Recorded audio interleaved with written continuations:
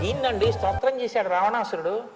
నేను గంగానది సైకతంలో కూర్చుని విశ్వనాథుడి వంక చూస్తే జటాటవీగల జల ప్రవాహ పావిత స్థలే గళేవలం జలంబితాం భుజంగ తుంగమాలికాం ఢమఢమఢమఢమన్ నినాదమడ్డమర్వయం చకార చండ తాండవం తనూతున శివ శివం జటాకటాహ సంభ్రమ భ్రమన్ నిలింప నిర్ఝరీ విలోల వీచి వల్లరి విరాజమానమూర్ధని ధగద్ధగద్ధగద్ధగద్ జ్వలల్లలాట పట్ట పావకే కిశోర చంద్రశేఖరే రతి ప్రతిక్షణం మమ అగర్వ సర్వమంగళా కళాకదంబ మంజరీ రస ప్రవాహ మాధురీ విజృంభణా మధువ్రతం స్మరాంతకం పురాంతకం భవాంతకం మఖాంతకం గజాంధకాంతకాంతకం తమంతకాంతకం భజేటు.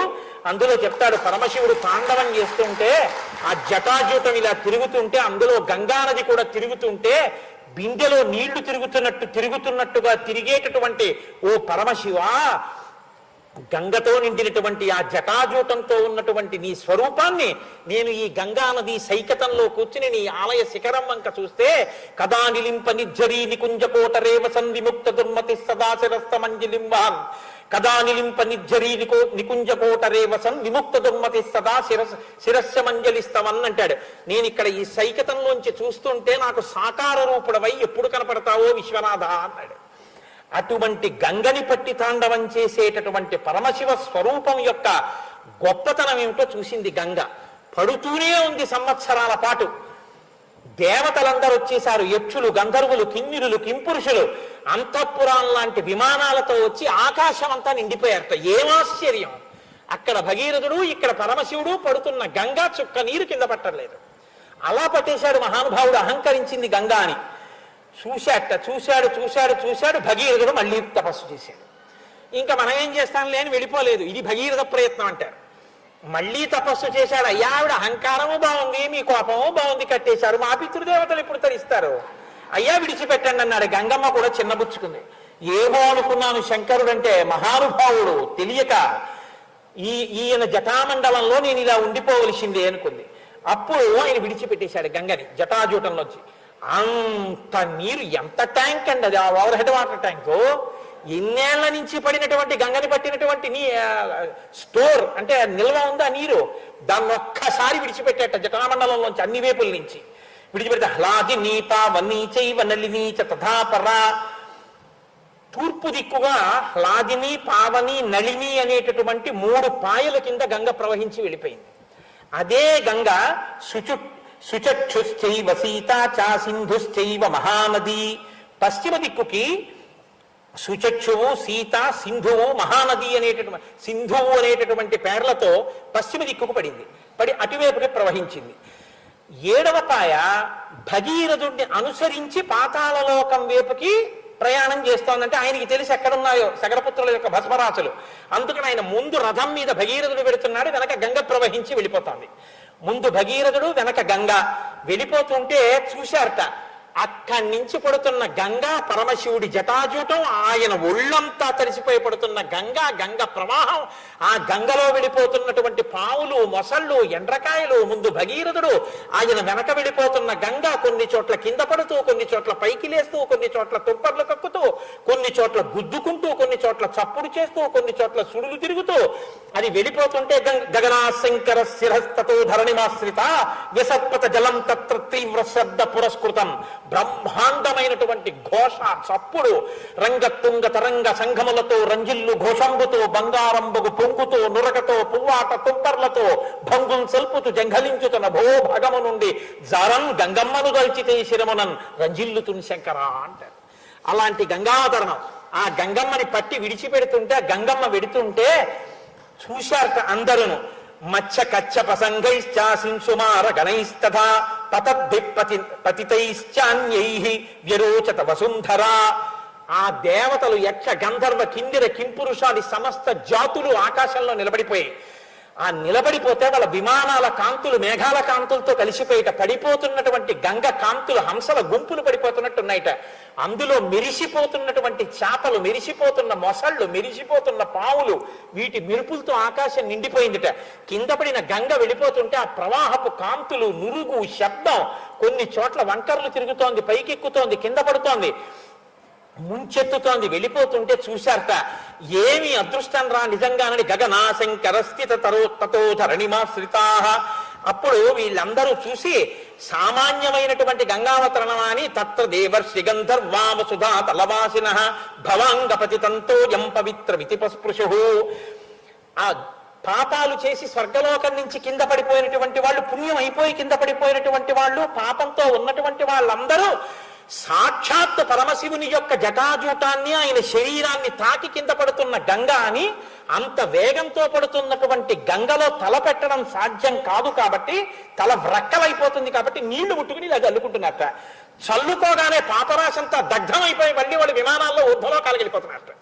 ఊర్ధ్వలోకాల్లో ఉన్న వాళ్ళు ఇది చూసి, అమ్మ బాబో ఇటువంటి గంగ మనకి దొరుకుతుందా, ఇటువంటి సన్నివేశం దొరుకుతుందా, వెళ్ళి స్నానం చేద్దామని విమానాలు దిగిపోతున్నాయి, స్నానం చేస్తున్నారు, విమానాలు పైకెక్కేస్తున్నాయి.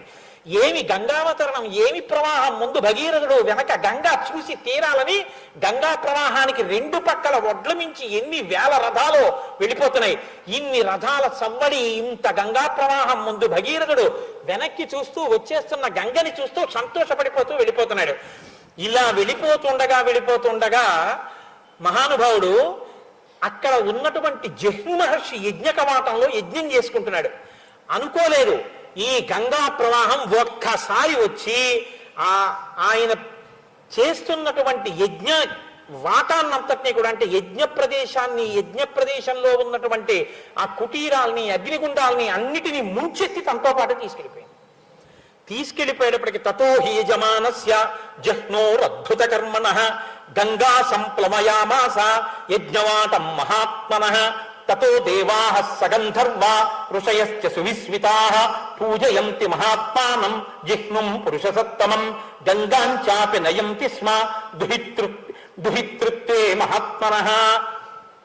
ఆయన గంగ ఇంత ప్రవాహంతో వచ్చి యజ్ఞవాటాన్ని ముంచెత్తడంతో కోపం వచ్చి ఒక్కసారి ఆ గంగ అంతటిని ఆచమనం చేసి లోపలికి తాగేశాడు. ఇప్పటి వరకు ఆకాశంలో చూస్తున్న వాళ్ళు, గంగ వెంట పరిగెత్తుకొస్తున్న వాళ్ళు ఇలా చూసేటప్పటికీ గంగ లేదు, ఎండిపోయింది మొత్తం భూమి.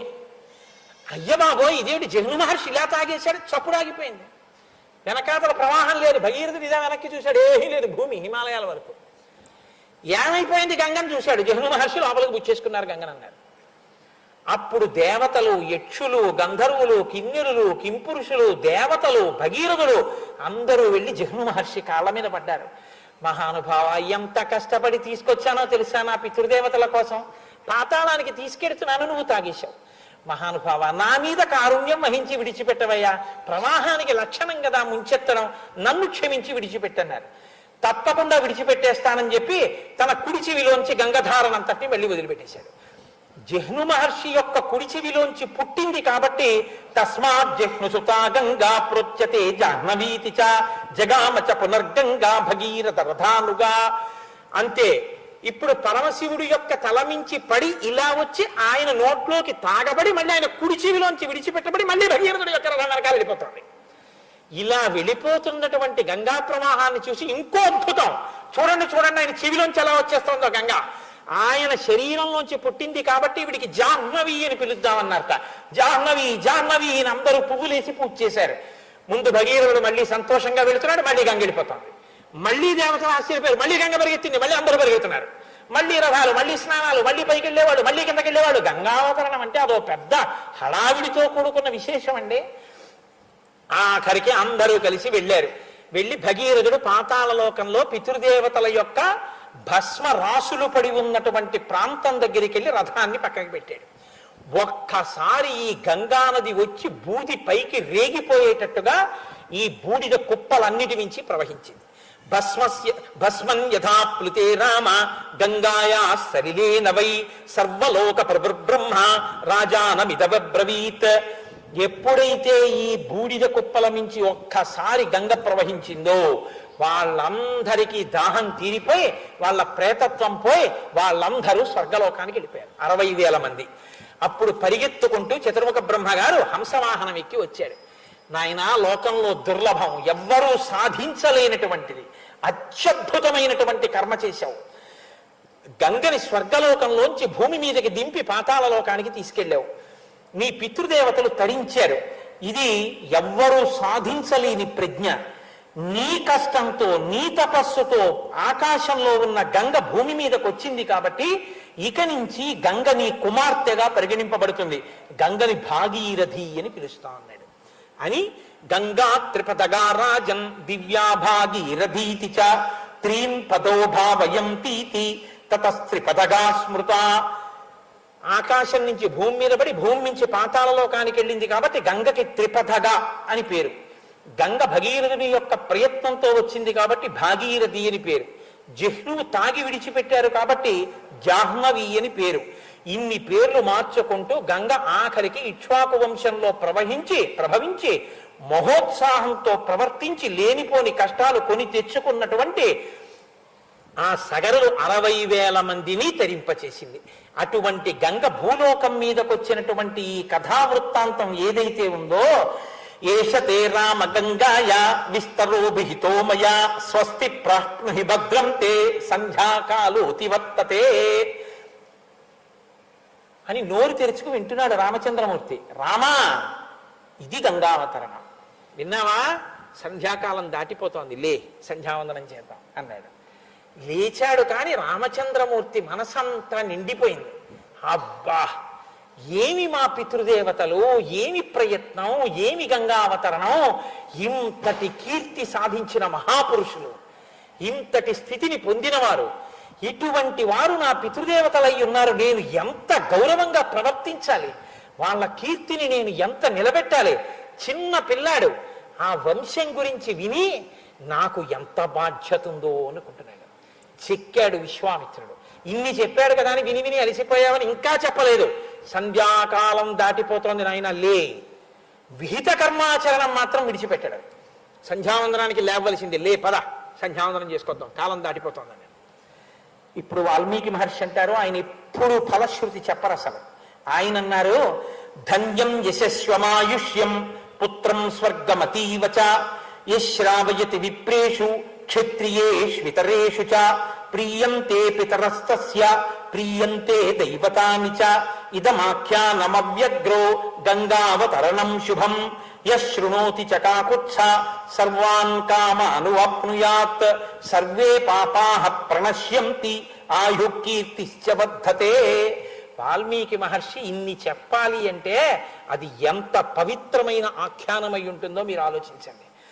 రామ, ఎవరైతే ఈ గంగావతరణాన్ని ప్రశస్తమైన మనస్సుతో అంటే నమ్మకంతో కూర్చుని నమస్కరించి విని సంతోషిస్తున్నారో వాళ్ళకి ధన్యం, వాళ్ళు ధన్యులవుతారు. యశస్వం, కీర్తివంతులవుతారు. ఆయుష్యం, వాళ్ళకి ఆయుర్దాయం కలుగుతుంది. పుత్ర్యం స్వర్గమతి చత, ఈ శరీరం పడిపోయిన తర్వాత వాళ్ళు స్వర్గలోకాన్ని పొందుతారు. యశ్రావయతి విప్రేషు క్షత్రియేష్వితరేషు చ, ఇది విన్నటువంటి సమస్త మనుష్యులు ఎవరు విన్నారో వాళ్ళందరూ, వాళ్ళు ఏ ఏ సంప్రదాయాలకు ఏ ఏ కులములకు చెందిన వారైనా సరే అందరూ కూడా ప్రియంతే పితరస్తస్య, గంగావతరణం కథ జీవితంలో విన్న రోజున వాళ్ళ పితృదేవతలందరూ ఎంతో సంతోషిస్తారు, మా వాళ్ళు ఇవాళ గంగావతరణం విన్నారు అని. ప్రియంతే పితరస్తస్య ప్రియంతే దైవతాని చ, అక్కడ ఉన్నటువంటి దేవతలందరూ సంతోషిస్తారు గంగావతరణం చెప్పినా గంగావతరణం విన్నా. ఆ ప్రాంగణంలో ఉన్న దేవతలందరూ మురిసిపోయేది ఎప్పుడంటే గంగావతరణం చెప్పిన రోజున మురిసిపోతారట. కాబట్టి ప్రియంతే దైవతాని చ ఇదమాఖ్యానమవ్యగ్రో గంగావతరణం శుభం. అటువంటి ఈ గంగావతరణం శుభప్రదమైనటువంటి ఘట్టాన్ని రామా నువ్వు వివరించినదా, రామునికి విశ్వామిత్రుని చేత వివరింపబడిన దానిని విని ధన్యులవుతారు.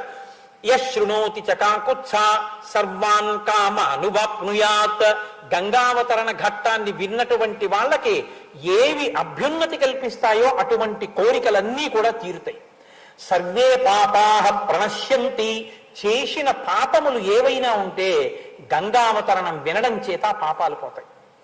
ఆయు కీర్తిశ్చ వర్ధతే, ఆయువు కీర్తి వర్ధిల్లుతాయి. ఇంత గొప్ప గంగావతరణాన్ని విశ్వామిత్ర మహర్షి రామచంద్రమూర్తికి చెప్తే, ఆ గంగావతరణ ఘట్టానికి వాల్మీకి మహర్షి ఫలశ్రుతి చెప్తే, ఆ రామచంద్రమూర్తి యొక్క అనుగ్రహ విశేషం చేత సంపూర్ణ రామాయణ ప్రవచనాంతర్గతంగా ఇవాళ మనం ఆ గంగావతరణ ఘట్టాన్ని యథాశక్తి చెప్పుకుని వినగలిగాం.